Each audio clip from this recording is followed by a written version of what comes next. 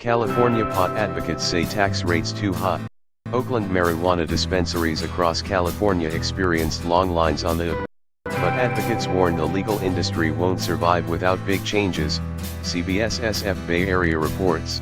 I'm very happy about thrilled really to see the legalization of cannabis in California, said Steve D'Angelo, co-founder and CEO of Harborside in Oakland. At the same time, I'm terrified about what's going to happen with these taxes. Harborside has been a medical marijuana dispensary for more than a decade, and is now selling recreational marijuana at a much higher price.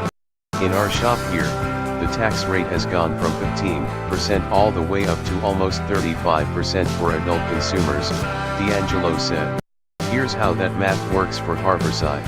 There is the regular state sales tax of 6%, and the regular Alameda County sales tax of 3.25%. Then there is a 15% state tax on marijuana, and a 10% Oakland tax on recreational marijuana. Total taxes, 34.25%. That is a huge hit.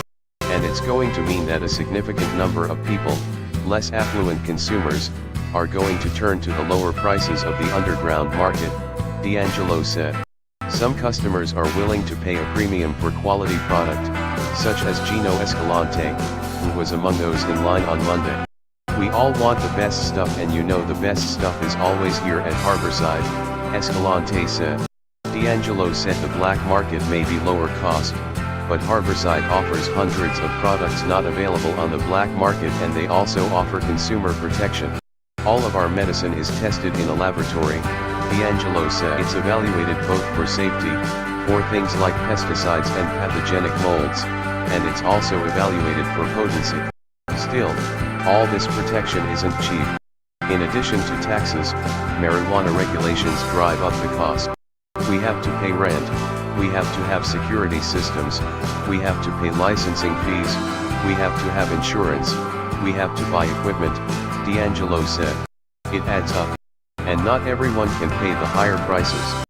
People who are disabled or on fixed incomes may turn to the black market. They can barely afford cannabis now, much less with a 35 or 40% tax increase, D'Angelo said. When people aren't buying from a regulated business, the state is getting zero taxes. Colorado, Washington State, and Oregon each legalized marijuana at one tax rate and then had to lower the rate to keep people in the legitimate market. D'Angelo believes California will have to do the same.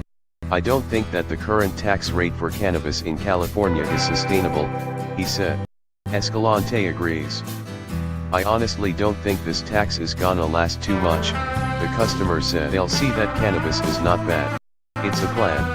D'Angelo said it makes no sense that marijuana is taxed so much more than alcohol. California taxes beer and wine at 20 cents a gallon. That amount has not changed since 1991. As for federal alcohol taxes, the new tax law taking effect next year decreases the taxes on beer, wine, and spirits. Editor's note, the video references a 5% Oakland tax on marijuana. The 5% tax is on medical marijuana. Recreational marijuana in the city is taxed at 10%.